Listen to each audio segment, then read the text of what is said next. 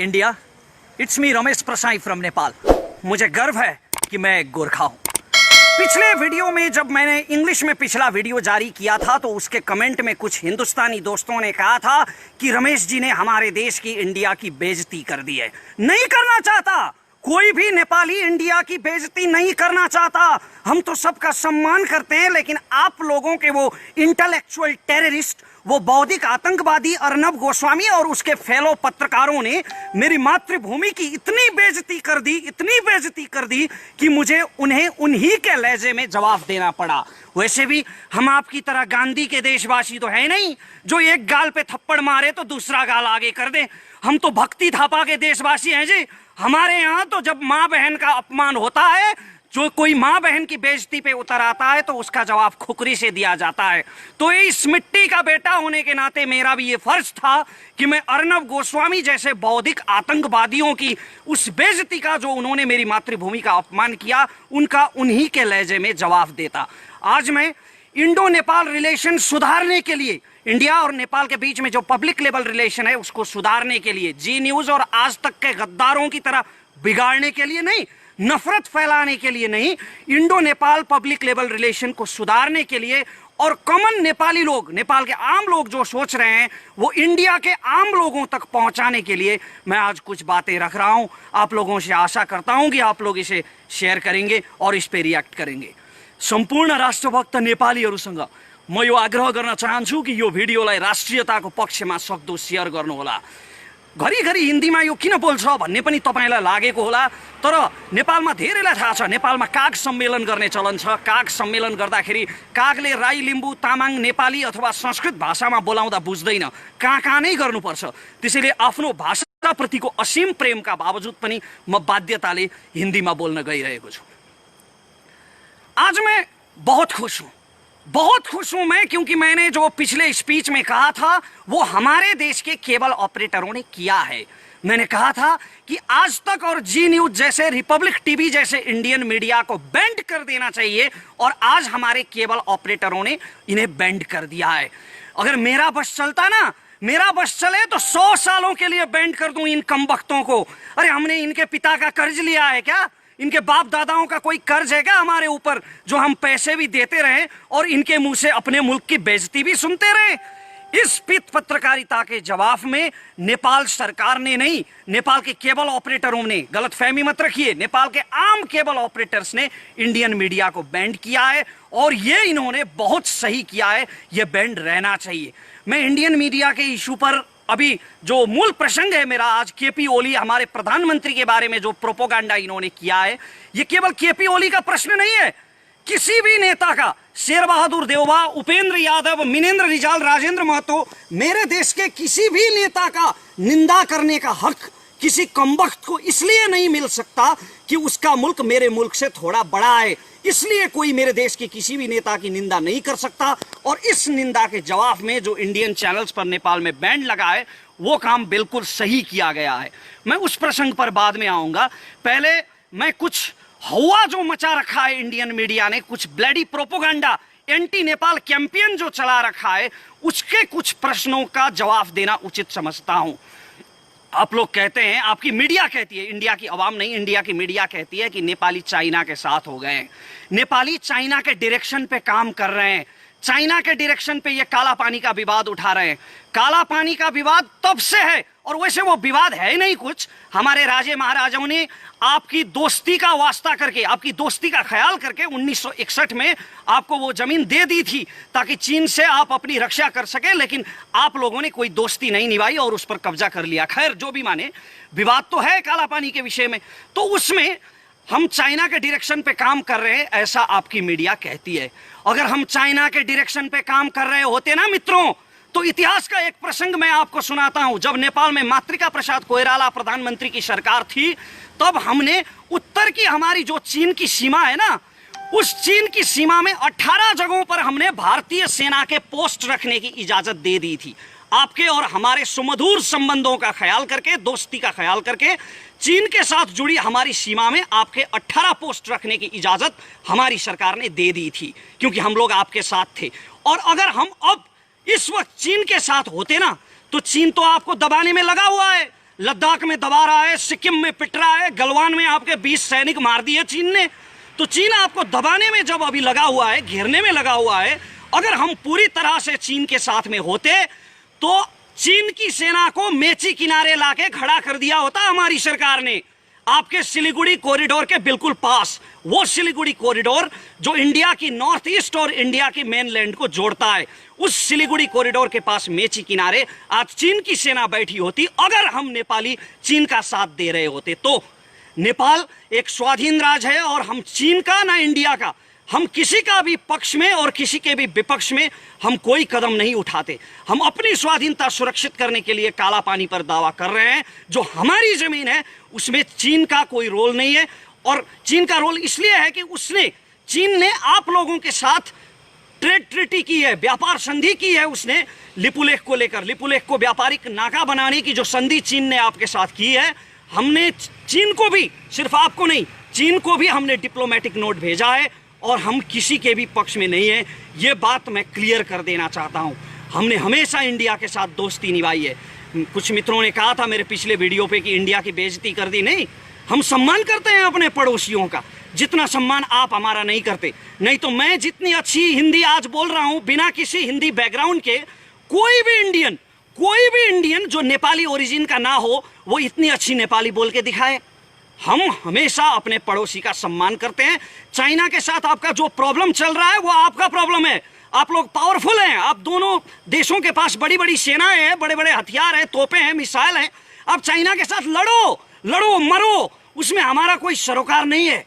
लेकिन मैं युद्ध की कामना नहीं कर रहा हूं, मैं सिर्फ ये कह रहा हूं कि चीन का और आपका जो विवाद है वो आप दोनों का अंदरूनी विवाद है। और हमारी सरकार ने लिपुलेख और काला पानी के विषय में चीन की सरकार को भी डिप्लोमेटिक नोट भेजा है। तो ये कैसे साबित हो गया कि हम चीन के साथ हैं? ये क्या हुआ मचा रखा है आपकी मीडिया ने? और एक और हुआ मचा रखा है कि नेपाल और इंडिया में जंग हो गया तो क्या होगा। बड़ा अहंकार है भाई आप लोगों को अपनी शक्ति पे, बहुत बड़ा अभिमान है आप लोगों को।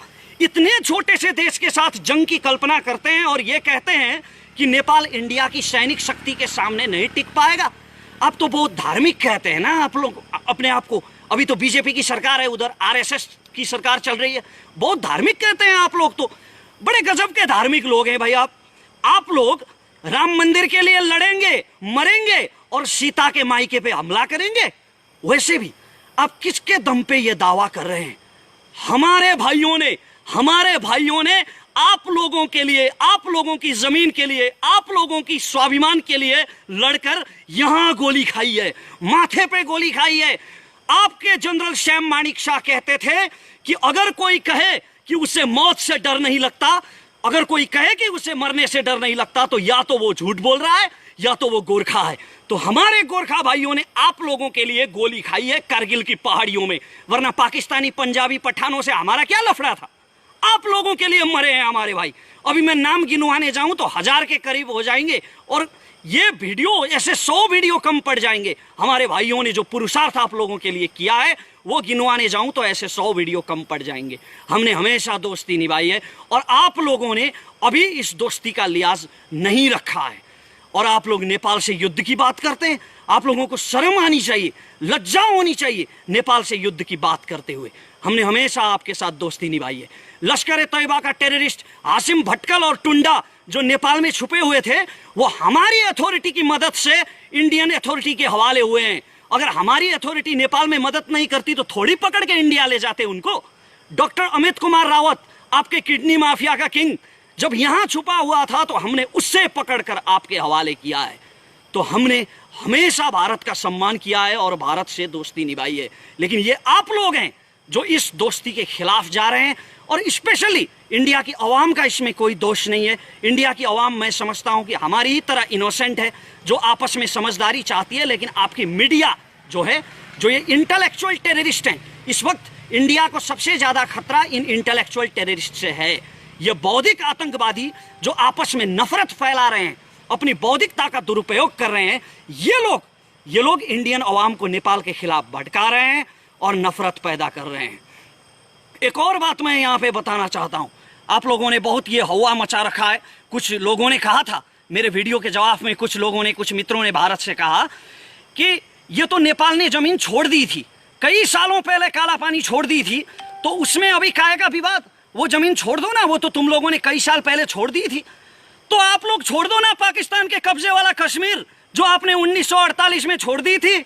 आपके प्रधानमंत्री नेहरू ने तो युद्ध विराम कर दी थी, सीजफायर लाइन वहां पे खींच दी थी, तो वो अभी पाकिस्तान के पास है। तो आप लोग क्यों दावा कर रहे हो उस कश्मीर पे? छोड़ दो ना। बुरा लगा ना? मेरे ये कहने से बुरा लगा ना? ऐसा ही बुरा लगता है, ऐसा ही, ठीक ऐसा ही बुरा लगता है जब कोई अपने देश की स्वाधीनता के बारे में ऐसा कहता है। जमीन 1 इंच भी क्यों ना हो, अपनी जमीन अपने को प्यारी होती है।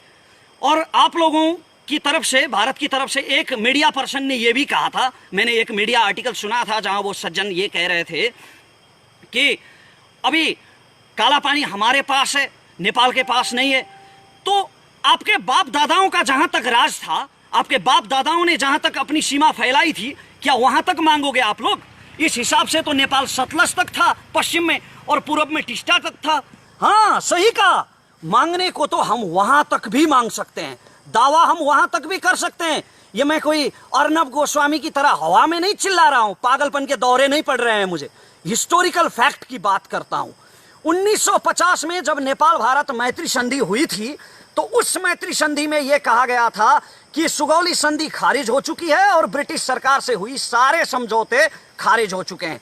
तो इस हिसाब से अगर सुगौली संधि खारिज हो गई तो टिस्टा से सतलज तक की जमीन तो हमारी हुई ना। अगर आप लोग सुगौली संधि मानते हैं तो सुगौली संधि के नक्शे में लिखा है, उसके डिस्क्रिप्शन में लिखा है कि काली नदी का ओरिजिन जो है वो लिम्पियाधुरा है। वो ब्रिटिश के नक्शों में लिखा है, कई नक्शों में लिखा है, और इतना भी दूर जाने की जरूरत नहीं है। अभी तो बीजेपी की सरकार है ना वहां, आरएसएस के कार्यकर्ता तो बस स्कंद पुराण उठा के देख लें। स्कंद पुराण के मानस खंड के 9वें, 10वें और 11वें श्लोक में महाकाली नदी का वर्णन किया गया है, और उसमें यह लिखा गया है कि लिपुलेख पर्वत से पश्चिम का भाग जो है लिम्पियाधुरा, वो काली नदी का ओरिजिन है। तो या तो आप लोग सुगौली संधि को मानेंगे और लिपुलेख, या तो आप लोग सुगौली संधि को मानेंगे और लिम्पियाधुरा काली नदी का ओरिजिन होगा, या तो आप सुगौली संधि को नहीं मानेंगे। अगर खारिज मानेंगे तो फिर टिस्टा से सतलज तक हमारा है। और अब मैं मूल प्रसंग पर आता हूं, जो हमारे प्रधानमंत्री के बारे में अभी प्रोपोगंडा चला रखा है आपकी मीडिया ने। अरे कौन कमबख्त गया भाई बालुआटार? जी न्यूज का कौन सा कमबख्त पत्रकार गया बालुआटार और उसने सुन लिया वो कन्वर्सेशन जो प्रधानमंत्री और चीन के राजदूत हो यांकी के बीच में हुआ था? किसने सुना वो कन्वर्सेशन और किसने रिकॉर्ड किया? किस बेस पर ले आए ये पीत पत्रकार ये कन्वर्सेशन? अरे बेशर्मो, कुछ तो शर्म करो। किसी देश के प्रधानमंत्री के बारे में बात कर रहे हो तुम लोग, और प्रधानमंत्री जो बुजुर्ग हैं, अभी अभी किडनी ट्रांसप्लांट हुआ है उनका, फिर भी दम उनमें इतना है कि एक छोटे से देश में बैठ के दिल्ली हिला रहे हैं। तो प्रधानमंत्री के बारे में ऐसे निराधार बात, ऐसे निराधार प्रोपोगंडा किस बेस पर फैलाए गए? किस कमबख्त ने वहां पे सुना और किसने रिकॉर्ड किया? ये कुछ नहीं, बस जी न्यूज ने कहा और हो गया। तो ऐसे जो इंडियन मीडिया ने ये प्रोपोगंडा फैला रखा है, इन्होंने जो ये फेक न्यूज फैला रखे हैं, इसमें इंडियन मीडिया का ही नहीं, इंडियन गवर्नमेंट का भी दोष है। अरे लॉ एंड ऑर्डर नाम की कोई चीज है कि नहीं आप लोगों के यहाँ? आप लोग तो बहुत बड़ी बड़ी बातें करते हैं कि भारत दुनिया का सबसे बड़ा लोकतंत्र है। तो लोकतंत्र में लीगलिटी नाम की भी कोई चीज होती है, लोकतंत्र में कानून नाम की भी कोई चीज होती है। और अगर भारत सरकार सच में नेपाल से दोस्ती बढ़ाना चाहता है, सच में नेपाल से बिगड़े हुए संबंधों को सुमधुर करना चाहता है, तो भारत सरकार को यह चाहिए कि जी न्यूज को तुरंत ब्लैकलिस्टेड करें।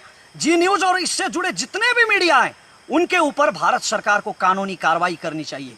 अगर यह किया गया तो एक उदाहरण होगा, और नेपाल के लोगों के मन में जो भारत के प्रति जो अविश्वास खटक रहा है, वो अविश्वास कुछ हद तक उसका समाधान निकल पाएगा। तो ये भारत सरकार को करना चाहिए, और इंडिया की आवाम, इंडिया की जनता जो नेपाल और भारत का संबंध सुमधुर हो, सुदृढ़ हो, ऐसा चाहती है, उन्हें भी ऐसे चैनलों का बहिष्कार करना चाहिए। ये इंडियन मीडिया है ना, जो ये पूरे साउथ एशिया के लिए कैंसर बन चुका है, ये ब्लडी प्रोपोगंडा यूनिट बन चुका है। इनको कोई सच नहीं चाहिए, सच का व्यापार करते हैं ये। और इससे केवल नेपाल ही पीड़ित नहीं है, सिर्फ हम ही पीड़ित नहीं हुए हैं इससे आपका भारत भी उतना ही पीड़ित हुआ है।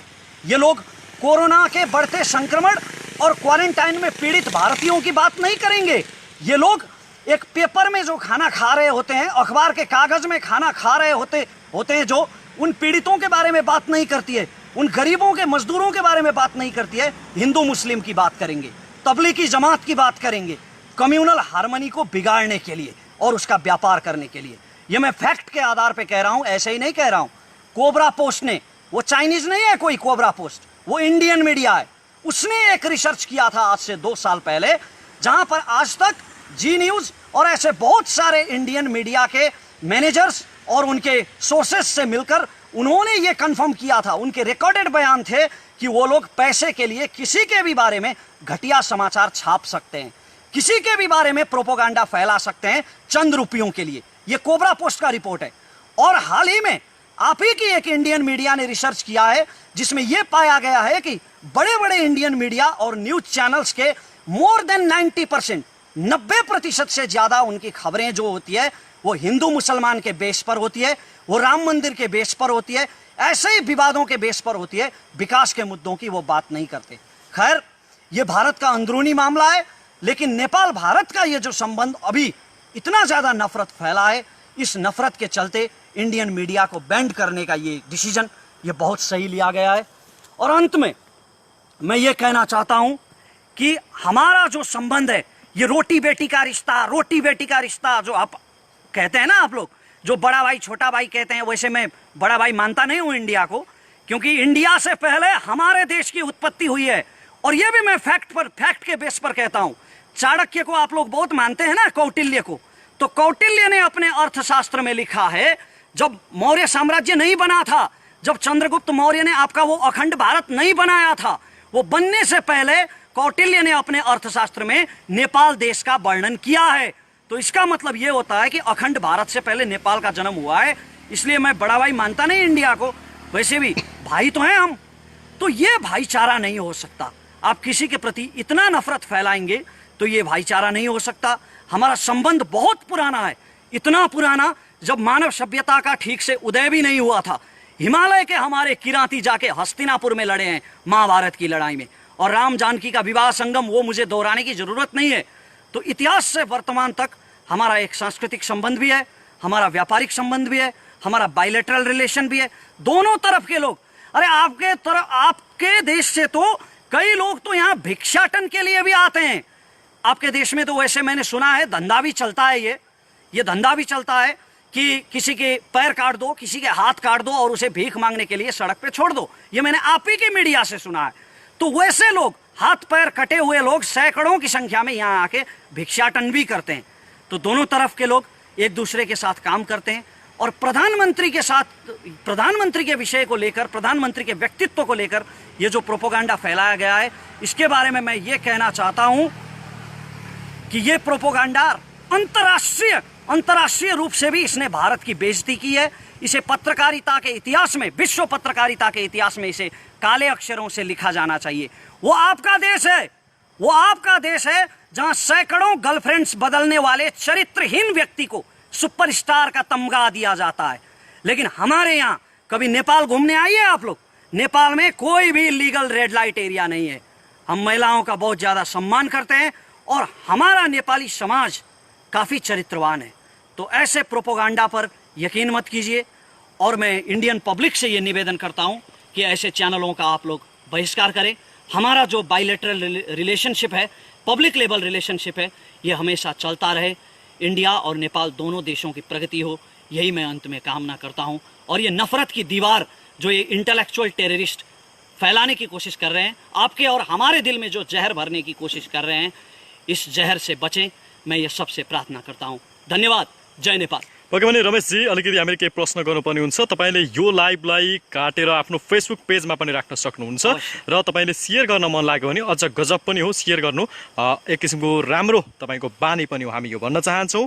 र तपाईँले हामीलाई यति बेला फेसबुक पेजमा मेरो फेसबुकबाट लाइभ हेरिराख्नु भएको छ, जीवन विष्टको फेसबुकबाट भनेदेखि तपाईँले हामीलाई एक्सन नेपाल अनलाइन टिभीबाट पनि हेर्न सक्नुहुन्छ र फेसबुक लाइभलाई तपाईँले जुनसुकै पेजमा पनि राख्न सक्नुहुन्छ। तर एक्सन नेपाल अनलाइन टिभीको भिडियो राख्नु भएमा चाहिँ हामी उचित किसिमको त्यहाँ व्यवस्था भए अनुरूपको कार्य गर्न बाध्य हुनेछौँ। रमेशजी, के छ आज अन्य समयमा भन्दा अलिकति आवाजमा नम्रता विनम्रता देखियो नि?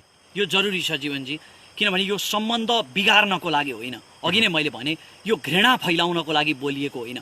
म धेरै कुरा बोल्न सक्थेँ, इन्डियनहरूप्रति भारतीयहरूप्रति लक्षित गरेर अर्णव गोस्वामीले बोले जस्तै, श्वेता सिंहले बोले जस्तै बोल्न सक्थेँ, तर यो घृणा फैलाउनको लागि लक्षित होइन, यो मित्रतालाई यो सम्बन्धलाई सुधार्नको लागि लक्षित हो। हामी एउटा पत्रकारिताको सिकारु विद्यार्थी भएको नाताले पनि विश्वका चाहिँ पत्रकारिताका विभिन्न दर्शन तथा सिद्धान्तहरू र पत्रकारिताका एउटा जुन परिधि नम्स हुन्छ यसलाई हामीले बुझेका छौँ, मिडियाले होइन, एउटा मिडियाको नम्सहरू बुझेका छौँ। तर भारतमा जुन एक किसिमको यो नाङ्गो चरित्र देखियो यसलाई विश्वले कसरी बुझेको छ जस्तो लाग्छ? मैले अघि पनि भने यो विश्वको पत्रकारिताको इतिहासमा यो घटना कालो अक्षरले लेखिनुपर्छ र इतिहासले यसको मूल्याङ्कन गर्नुपर्छ। यो पित पत्रकारिता हो। तर भारतकै बौद्धिक जगतले पनि भारतको यो पत्रकारितालाई त गोदी मिडिया यानि कि सत्ता र शक्तिको पावर वरिपरि घुम्ने एउटा चाहिँ पत्रकारिताको रूपमा बुझ्छ नि? पक्कै पनि, र यो स्वाभाविक पनि हो, किनभने भारतीय मिडियामा कहिल्यै पनि सत्ताको विरोध गरिँदैन अधिकांश मिडियाहरूमा, र भारतीय मिडियाले समाजमा चाहिँ हार्मोनी बिगार्ने खालको साम्प्रदायिकतालाई प्रोत्साहन गर्ने खालका खबरहरू बारम्बार प्रसारण गरिरहन्छन्। यी गोदी मिडिया नै हुन्। र यति बेला चाहिँ हाम्रो मधेसी पहाडी हिमाली भन्ने त्यो भावना छैन। यति बेला हाम्रो राष्ट्रिय एकता साँच्चीकै देखिएको छ होइन। यसमा हामी असाध्यै खुसी हुनुपर्छ। र जति पनि अन्य नेपालीहरू हुनुहुन्छ, यो हिन्दीको जुन हिन्दी भाषाको प्रयोग गर्नु परेको सन्दर्भमा त तपाईँले आफ्नो धारणा राखि नै सक्नु भएको छ होइन। नेपालको प्रेस काउन्सिल र मिडिया जगतले चाहिँ यसमा कस्तो किसिमको भूमिका खेल्न सक्थ्यो र स्वयं परराष्ट्र मन्त्रालयले खेल्नुपर्ने भूमिकाहरू केही थियो कि? नेपालको परराष्ट्र मन्त्रालयले तुरुन्तै एउटा नोट पठाउनु पर्थ्यो, प्रेस नोट, डिप्लोमेटिक नोट पठाउनु पर्थ्यो भारत सरकारलाई, किनकि हाम्रो परराष्ट्र मन्त्री त निकै अलिकति बौद्धिक किसिमको हुनुहुन्छ होइन। प्रधानमन्त्रीको मानहानि हो। हाम्रो परराष्ट्र मन्त्रालयले सोचिरहेको होला, यो विषयमा सोचिरहेको होला, आशा गरौँ। प्रेस काउन्सिलको भूमिकालाई के भन्नुहुन्छ? उसले एउटा चाहिँ लेटर पनि लेखेको भनिन्छ। प्रेस काउन्सिलले वक्तव्य जारी गरेको छ र धेरै पहिला पनि प्रेस काउन्सिलले सरकारलाई यस विषयमा पत्राचार गरेको बुझिन्छ। हामी आम नागरिकको भूमिका के अब यो विषयमा? हामी आम नागरिकले यसरी नै एकअर्कालाई सामाजिक सञ्जालमा जहाँ हामी जोडिन्छौँ, हाम्रा भारतका मित्रहरूसँग जहाँ हामी जोडिन्छौँ, हामीले आफ्नो देशको आफ्नो दृष्टिकोण के हो, हाम्रो देशको आम नागरिकले के सोच्छ, त्यो दृष्टिकोण पुर्याउनमा हामीले आफ्नो भूमिका खेल्न जरुरी छ। बोलेर के हुन्छ भन्ने मान्छेहरू पनि हुनुहुन्छ नि। बोलेर नै तपाईँको विचार विनिमय गर्न सकिन्छ, किनकि नागरिक दबाव सबैभन्दा ठुलो दबाव हो होइन। बोलेर नै तपाईँको धारणा अरूसम्म पुर्याउन सक्नुहुन्छ, अर्को कुनै माध्यम छैन। सामाजिक सञ्जालमा होइन त लगायतका अन्य चाहिँ तपाईँको अन्य किसिमका सर्वनामहरूको प्रयोग गरेर उच्चिङ्गल टाइपले चाहिँ भारतलाई गाली गर्नु त्यो त्यति चाहिँ सुयुक्ति हुँदैन, त्यो अति सुयुक्ति हुन जान्छ। हामीले डिप्लोमेटिक तवरले नै ऐतिहासिकताको आधारमा हामीले तथ्यको आधारमा आफ्ना विचारहरू बडो नम्र भाषामा राख्नुपर्छ तपाईँ भन्नुहुन्छ? पक्कै पनि। यद्यपि भारतका चाहिँ अन्य जनहरूप्रति हाम्रो एक किसिमको सम्मानै छ। अहिले जुन चरित्र देखिएको छ त्यहाँको सरकारबाट, त्यहाँको राजनीतिज्ञहरूबाट, त्यहाँको मिडियाबाट यो चाहिँ खेदजनक छ। हजुर। र एक्सन नेपाल हेरेर बसिरहनु भएका सम्पूर्ण दर्शकलाई धेरै धेरै धन्यवाद। हाम्रो नियमित कार्यक्रम आउने छ, तपाईँ सेयर गर्न नडराउनु होला, किनकि राम्रो कुरा सेयर गर्दा पैसा लाग्ने छैन, यो निःशुल्क सेयर गर्न सकिन्छ, लाइक गर्न सकिन्छ, कमेन्ट गर्न सकिन्छ आफ्ना विचारहरू, किनकि हामी जति कमेन्ट सायद पढ्नेहरू कोही पनि छैन होला। हामी दिनैभरि कमेन्ट पढ्ने काम नै गर्छौँ। हाम्रा भिडियोहरू जुन जुन ठाउँमा पुगिरहेका हुन्छन् हामी भन्छौँ। र असाध्यै आज जङ्गलको यो भागमा आएर हामीले लाइभ गरिरहेका छौँ। यो धरानको पानमारा जाने जङ्गल हो, यो साँझको समय छ, पानी पनि पर्न लागेको छ, केही देखिँदैन, मात्र यो मोबाइलले खिचेको छौँ। यति भन्दै हाम्रा सम्पूर्ण सहकर्मी मित्रहरू सँगसँगै म जीवन विष्ट र म रमेश प्रसाई आज्ञा हुन चाहन्छौँ। भिडियोलाई सेयर गर्नुहोला। सबैलाई धेरै धेरै धन्यवाद।